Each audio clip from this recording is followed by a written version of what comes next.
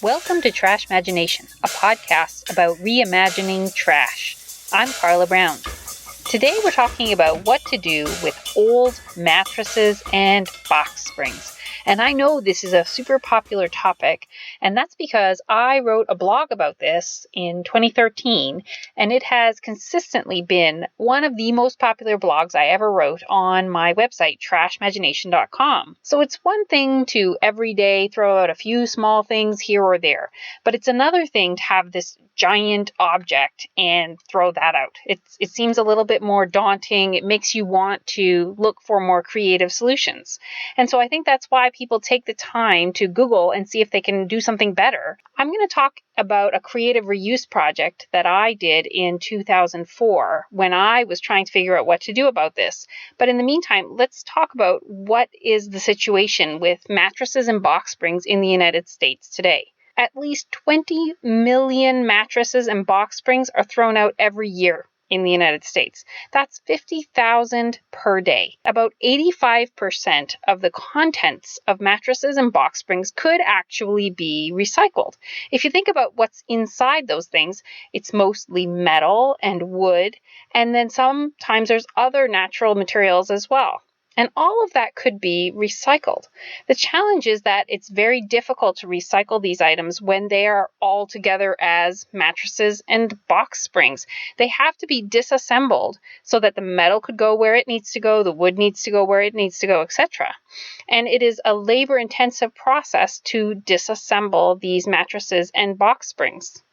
So most of the time when you are buying a new mattress or box spring, the mattress company will take away your old one for you.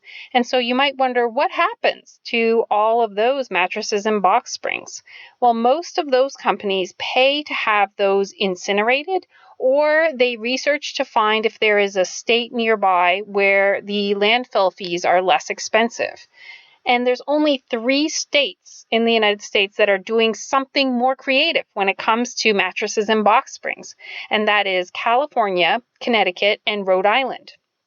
In those states, there is a really great program where people who are buying new mattresses and box springs pay a $10 recycling fee. And that goes to pay for contractors to take apart the old mattresses and have most of the materials recycled. This is so smart and so clearly a great solution for all the states and for many countries as well. It provides great employment for people, and it dramatically reduces the volume that mattresses and box springs take up in landfills. So in January 2017, this program that exists in these 3 states recycled the millionth mattress. And that's only in a few years that these programs have been around. There are mattress recycling facilities in about 20 other states, but only those 3 states have these specific programs where new purchases have the $10 recycling fee.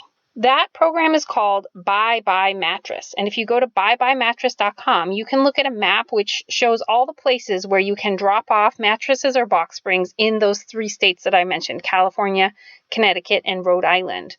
And that program is run by the Mattress Recycling Council. But sadly, because that type of program doesn't exist in most states, that map is empty when you look across most of the United States. And I really would love for a similar program to come to Virginia, where I live. So that is kind of a bleak picture on what we can currently do with old mattresses and box springs. But I have a cool story to tell, which is about something I did way back in 2004 to experiment with this idea of creative use of mattresses and box springs. So back then, I read this book called Conscious Style Home, written by Danny Seo. And in that book, he describes taking apart a mattress into its component parts for recycling. And what intrigued me about what he said was that you can actually get the parts that are not recyclable down to a single garbage bag. So I wanted to give that a try. And I didn't actually have a mattress and box spring that I wanted to throw out, but my friend Eric did, and he brought it over for me.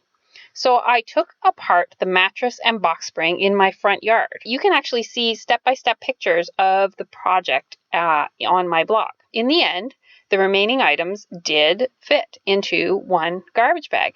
And as I said, this blog has continued to be very popular year after year. People have left lots of comments saying that looking at my blog gave them the confidence to tackle a similar project. And I think that's great. I think when you look at a mattress and box spring, it can be very daunting because you know there's lots of layers to that thing, and you're just worried about if you start taking them apart, what are you going to find underneath?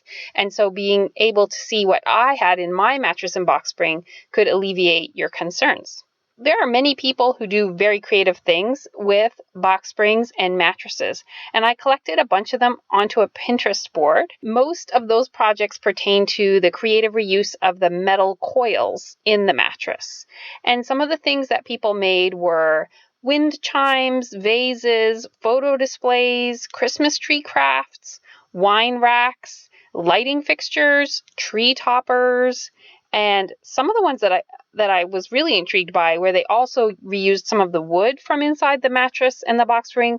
I saw them make raised bed gardens and a laundry organizing rack and shelving. The other thing I observed was that if you go on Etsy, there are people who are just selling the coils from the mattress and the box spring. If you search for bed spring, people sell that for other people to make into crafts, which I thought was intriguing.